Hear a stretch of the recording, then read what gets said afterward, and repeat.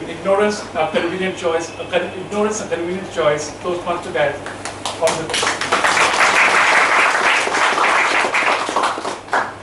Hello Bandra, this is my first speech in Mumbai. The topic that I've chosen for my CC2 is ignorance by choice. So I've organized my speech into 3 parts. The first part is about ignorance, what it means to me. The second part is I'm putting ignorance into a context, that is ignorance in the context of mental health and mental illnesses. The third, I'm going to conclude about why it is not okay to be ignorant and what can we do about it. Yeah. So here I go. So ignorance is not bliss when it is affecting you, when it is affecting your near ones, and when it is costing you a lot. Ignorance, I feel, is a charade beneath which you can hide all your incompetencies, all your fears, all your weaknesses.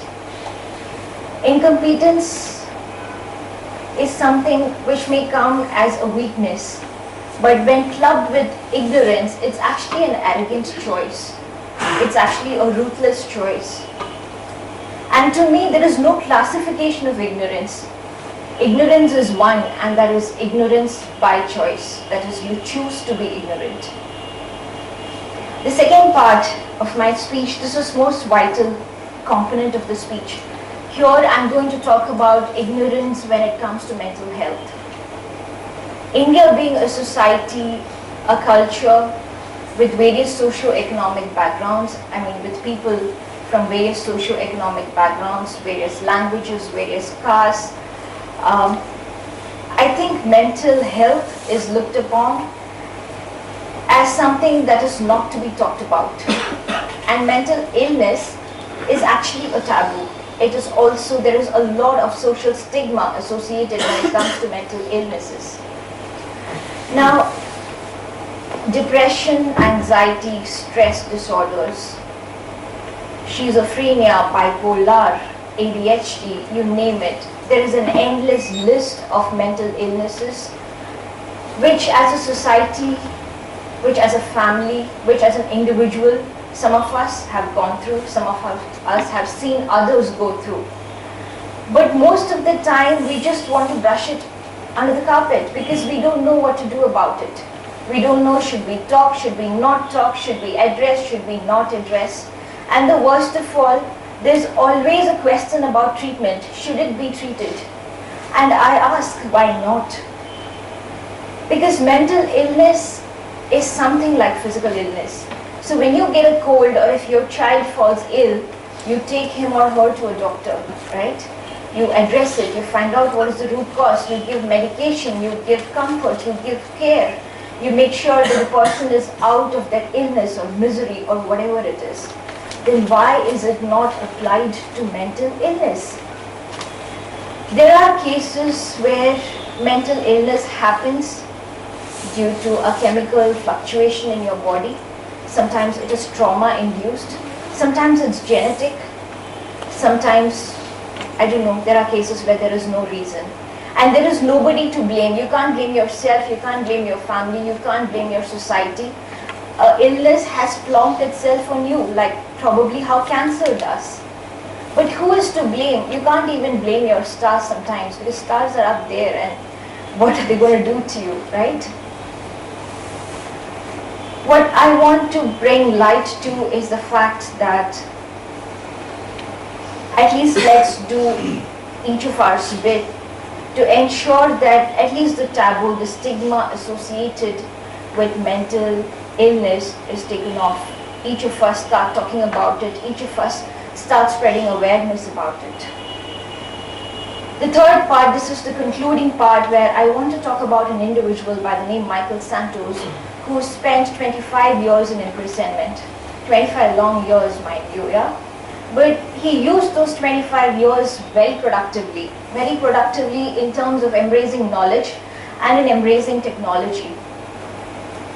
Technology, when I say I'm very cautious because these days it's synonymous with social media.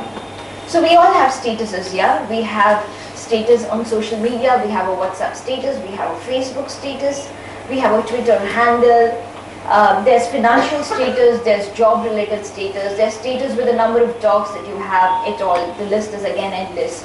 But have you had a check on ignorance status?